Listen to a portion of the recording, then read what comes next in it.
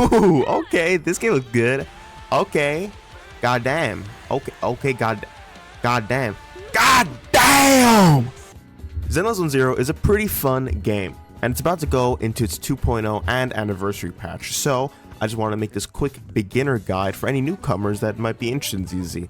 So my name's Skamosa, let's get right into it. Starting off with Dailies, which, just like any gacha game, is incredibly important just to get those simple rewards, like Polychrome, which is the summoning currency, and other small things. So starting off, you want to go to Howl every day, which she gives you a little scratch ticket, so it's a little bit of a gamble on what you're going to get. Most times, you are going to get Denny's, which is the in-game currency, which is still useful, but sometimes if you're really lucky, you can get different scratches. I think one is with 3 faces of Howl, which gives you some Polychrome, and then it's also like golden little shit emojis, little poop emojis, which is the best possible reward that I know of that you can get, which is just even more Polychrome. Now, right after Howl, you want to go over here to the cafe by Tin Master, and what this gives you is it gives you energy and it gives you bonuses depending on the coffee you drink.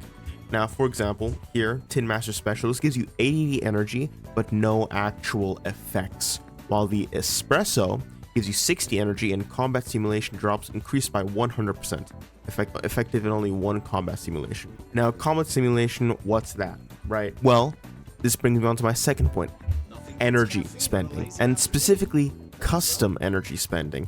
If you go over to the HIA, you'll see these 2 people, Bertha and Lila. Bertha is more for character materials such as abilities or money, XP materials, W engine materials. You need to level things up, while Lila is more for boss drops to get the max level of those characters higher. Looking at Bertha, let's go into here for a second.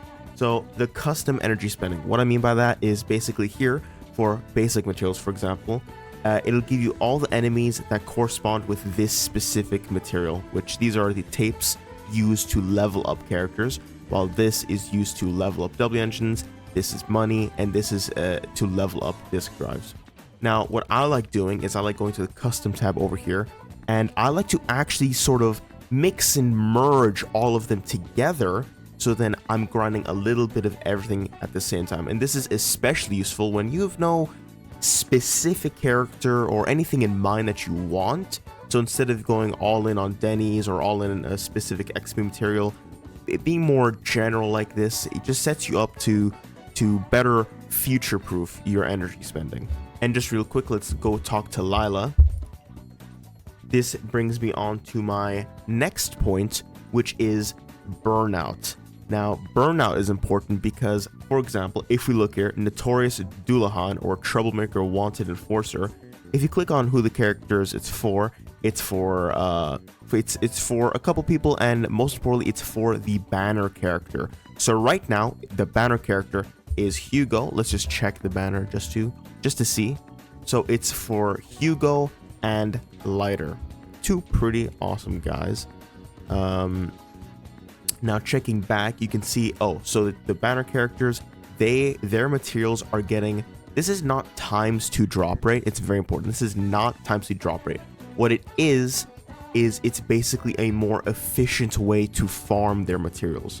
So what this does is normally without burnouts, this takes 40 energy for 5 of his material drops. With Burnout, it'll take double the energy and give double the drops. So this is not a ×2 event. What this is just saving time. Instead of needing to do 4 runs, you'll need to do 2 runs because it gives double the drops, but it'll take double the energy. So it's just a very good way to save time. Now, for a bit of a combat tip, let's talk about the dodging and parrying mechanics. So let me just load into a quick little session here. Now I just want to quickly show you guys what these yellow and red flashes are. So most times when a character, exactly like that, when an enemy attacks, they'll do these yellow flashes. Now what that means is that you can swap characters in order to kind of parry those attacks or to just dodge them. Okay, there we go. You do a little dodge, then you can attack them and stuff. Again, right? Now, there is a red variant of these flashes, which you cannot sort of parry and switch into another character. It's important to dodge those, and you won't see them with these sort of smaller enemies. They'll be more with like the material ascension, those like type of bigger people, and also the weekly bosses, which I'll talk about later. So you should just expect those from bigger enemies. Now, moving on to the equipment of Zenless Zone Zero. So, for every character, you're gonna want to put a certain set on them. Looking at Astria here, her disc set drive is Astral Voice, and these are the 2-piece and 4-piece benefits. I'm not gonna go too in-depth about those, but essentially every character has a recommended disc set, which you can see at the bottom left here, which is a very great mechanic that you don't necessarily need to go watch a guide to understand what their best in slot is, right? Now, I still recommend it because it'll help you understand how to play that character more, but you can see here, 75.5% of players use Astral Voice and Swing Jazz. 22% use Astral Voice and Hormone Punk, so you can see what they need. And furthermore, the main stats of disc drives. Now, the first stat is always going to HP as the main stat. The second one is always going to have attack. The third one is always going to have defense. The fourth, fifth, and sixth ones are always changing. So just for an example, this can be attack percentage, crit rate, crit damage, and more. This can be percentage, attack percentage, ether damage bonus, HP percentage, and this last one could be energy regen, attack percentage, anomaly mastery, and there's still many more. But it's just important to know a little bit about disc drives, and you don't necessarily have to worry about them too much in early game, but as you play the game, you're gonna get disc drives, and you're gonna want to match the correct sets to make your character stronger. Furthermore, making your character stronger, it's important to have good team comps. Now, if I remember, here we are, preset config. So these are some of my teams here. I'll just make a new one as an example. So for team comps, you want people to share elements, or some people need specific types of characters on the team to work well with. So we'll go. Let's see. We'll go with Harumasa as our base.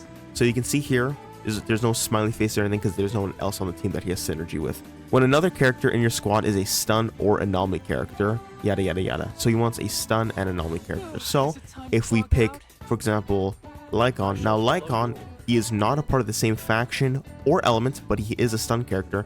So you're gonna see there's gonna be a happy face. Now, what's important to note is that Harumasa is getting the benefit from Lycon, but Lycon is not getting the benefit from Harumasa. You can see that with his little, not sad face, but it's kind of like nonchalant face here. So you're gonna want to make sure that both parties, both characters, are both happy with each other. So what I would recommend is taking people from the same faction. Now, for example, Sukaku, right? She is going to be happy because she's a part of the same thing. Now, Armasa's not going to be happy because she's not stun or anomaly, and I don't have Miyabi to exactly show you guys, but that's just one example. Another example could also be, let's see, Caesar with the Sons of Caledon, then also pick just whoever from Sons of Caledon, just these 3 random people. They're all going to have great synergy because they're part of the same thing, and especially like support or defense units, they most of the time synergize well with anomaly or attack people. So if you look at any of these teams, you can see why they synergize, why they work together, and stuff like that. Now, obviously, sometimes you might want to sacrifice some synergy. Like, for example, I have Piper here, which I'm waiting for Yishuan to get, and I don't really have many anomaly characters, so it's a little bit annoying, but whatever, right? Astriao and Vivian still match because they're the same type. Weeklies, they're a very important thing to help develop your characters, make them even stronger than they are. But this is one thing I kind of hate about ZZ, and I don't know why they don't change it. I'm hoping they change it for 2.0. The issue with weeklies are that no matter what difficulty you play them on, they will give this same boss drop. So if you go to here, Notorious Hunt, talk to, whoops, that's the wrong button, talk to Ophelia.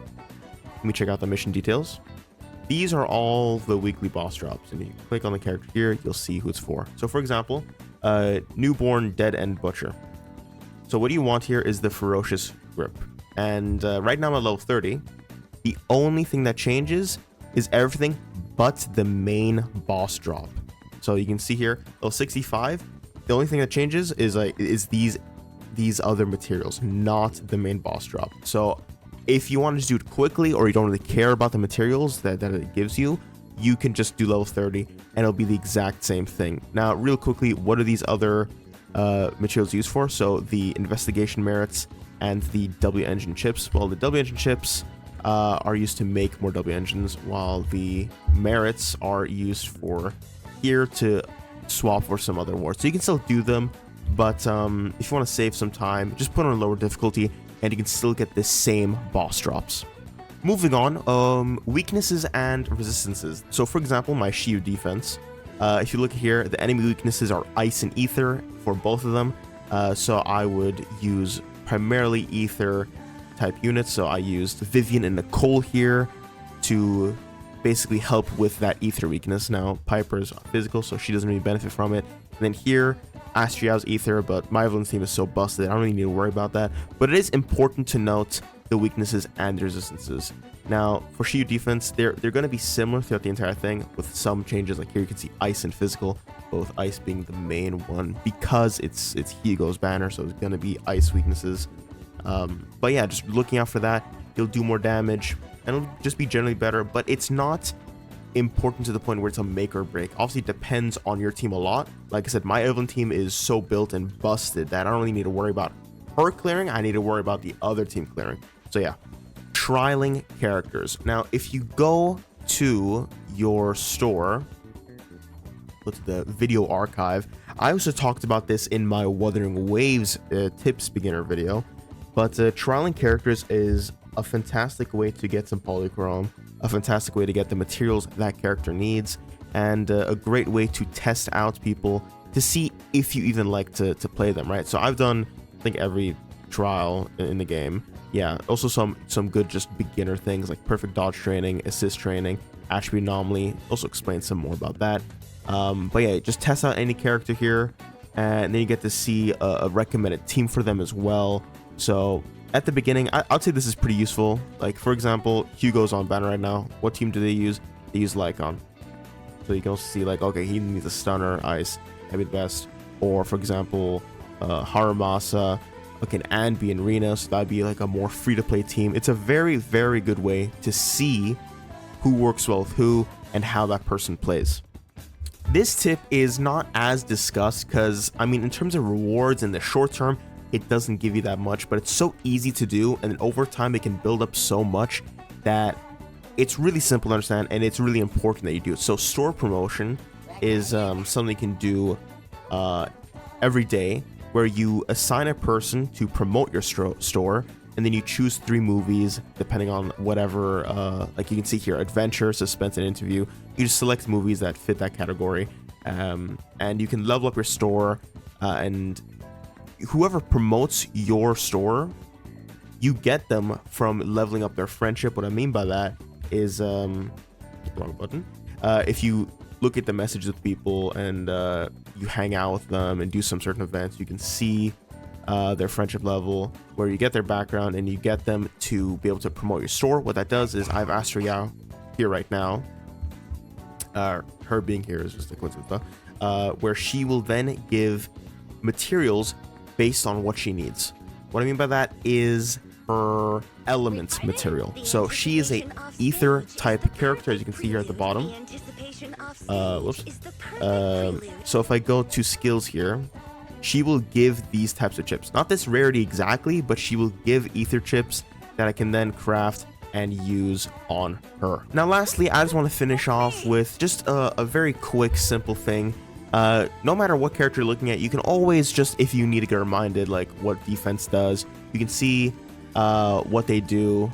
Agents with defense specialty have strong survivability, yada yada yada. Physical, what that exactly means, and what type of status effect it applies on target, and also it always highlights what stats a specific character needs, no matter what character. So if you just need to quickly see, oh, while you're building their disk drive set. Like, oh, what stats should I look at specifically? And oh, I just got Grace. What does Anami do exactly? You can just see here real quick. And yeah, leave any comments if you guys are confused. But thank you for watching. Like and subscribe, and see you in the next video. Bye bye.